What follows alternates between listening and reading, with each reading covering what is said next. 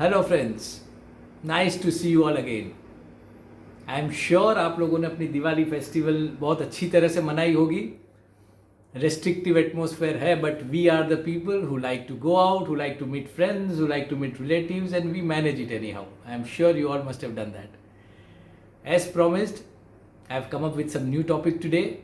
Again, on the lines of our daily experiences, nothing new, मगर वही पुरानी regular thoughts, वही पुराना regular subject, but with a different kind of approach. Before I proceed further, I request all of you जिन्होंने अभी तक YouTube channel मेरी subscribe नहीं की है, काइंडली डू इट। आप लोगों के जो कमेंट्स मुझे मिल रहे हैं, जो लाइक्स मिल रही है, I am really thankful for that, and it of course encourages me to move further, to try and do something new and better every time. So friends, kindly subscribe to my channel. Now today's topic is intention versus action. दोनों बहुत common words हैं, हम लोग रोज ही सुनते हैं,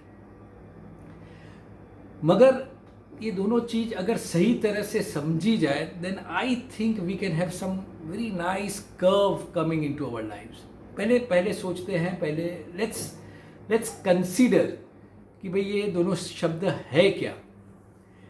if we talk about intention, तो intention एक ऐसी चीज है कि जो हमारे अंदर में है, वैसी की वैसी पड़ी है। बोलते हैं ना कि एक पैसिव मोड में पड़ी है। Sometimes we do say to our friends and relatives, I want to become this, I intend to become like him, I intend to visit a particular place for a holiday, I intend to do something good in my career. वो एक intent शब्द बार बार अपने लोग use करते हैं। So what it becomes is, it is basically a desire जो हम लोग करना चाहते हैं।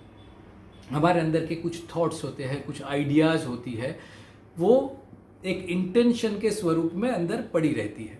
उसको बोल सकते हैं कि उसकी एक इनर्ट स्टेज है, एक इनएक्टिव लाइफलेस स्टेज में है, वो बोल सकते हैं। और एक्शन क्या है? अगर यही इंटेंशन के अंदर में हम लोग कुछ टाइप की एनर्जी इन्फ्यूज करते हैं, we do something about it, we put this particular intention into certain kind of a process, so that is called intention is now getting converted into some kind of an action which is going to help us to reach a particular point. Very very simple. बहुत ज़रूरी है कि कोई भी intention के ऊपर में एक प्लानिंग डाली जाए, कुछ फोर्स डाला जाए, कुछ एनर्जी डाली जाए, तो कहीं ना कहीं एक रिजल्ट या दूसरी ग्राफ में कुछ मूवमेंट चालू होगा। Now my idea today is how can we consciously and consistently try कि भाई हमारी हर इंटेंशन को एक एक्शन का स्वरूप दिया जाए। उसके लिए मैं आपसे 3 चीज़ें शेयर करूंगा। ये 3 चीज़ें बेसिकली इज़ अ टूल, बहुत बेसिक चीज़ है। इट्स अ टूल कि अगर ये इम्प्लीमेंट किया जाए, या ये टूल्स या ट्रिक्स या टेक्निक्स जो भी बोले, उसको अगर प्रैक्टिस में डाली जाए तो कहीं हम लोगों को फ़ायदा हो सकता है कि नहीं। बहुत ही सिंपल है। पहली है कि जो भी इंटेंशन, थॉट्स और आइडियाज़ आपके मन में आते हैं, उसको एक पेपर पे लिखिए, एक बुक रखिए। Wherever we spend most of our time during sleeping hours, beside our bed, beside our study table, let's keep a particular journal. एक बुक रखे, एक पेपर रखे।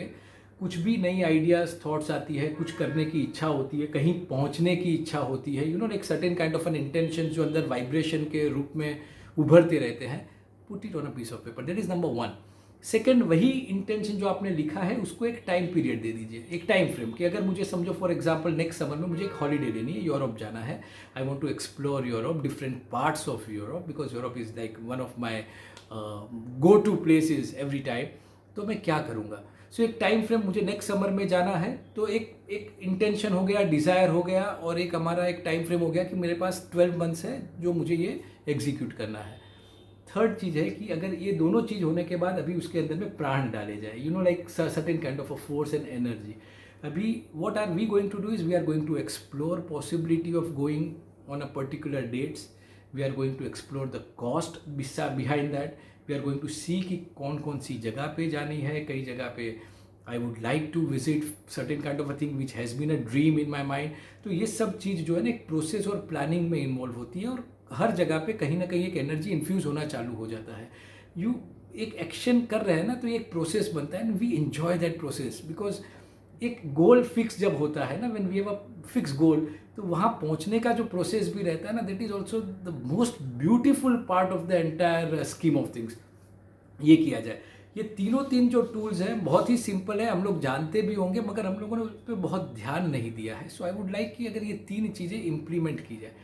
Let us talk about, I give you one example. जैसे एक पेड़ है, पहले तो पेड़ नहीं था, एक सीड था, ज़मीन के अंदर में है.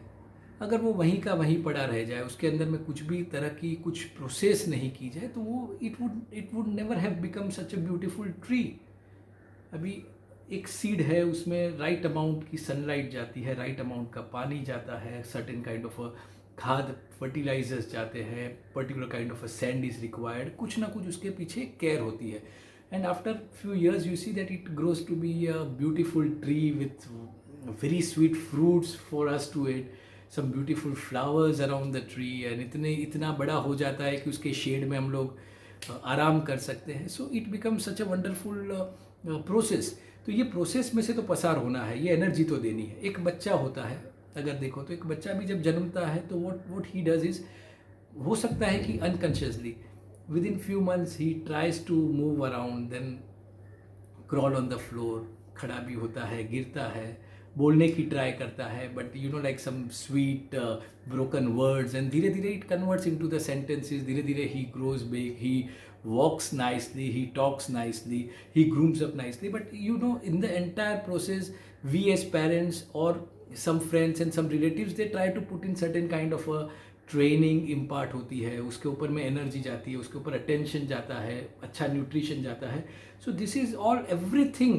When we want to achieve in a beautiful manner, we need to give something to that particular thing. वो समझना बहुत जरूरी है. ऐसे ही डोरमेंट उसको छोड़ नहीं सकते हैं कि भाई अपने आप ही जादू हो जाएगा and we will reach there, जो होगा देखा जाएगा. Then there is no fun to it.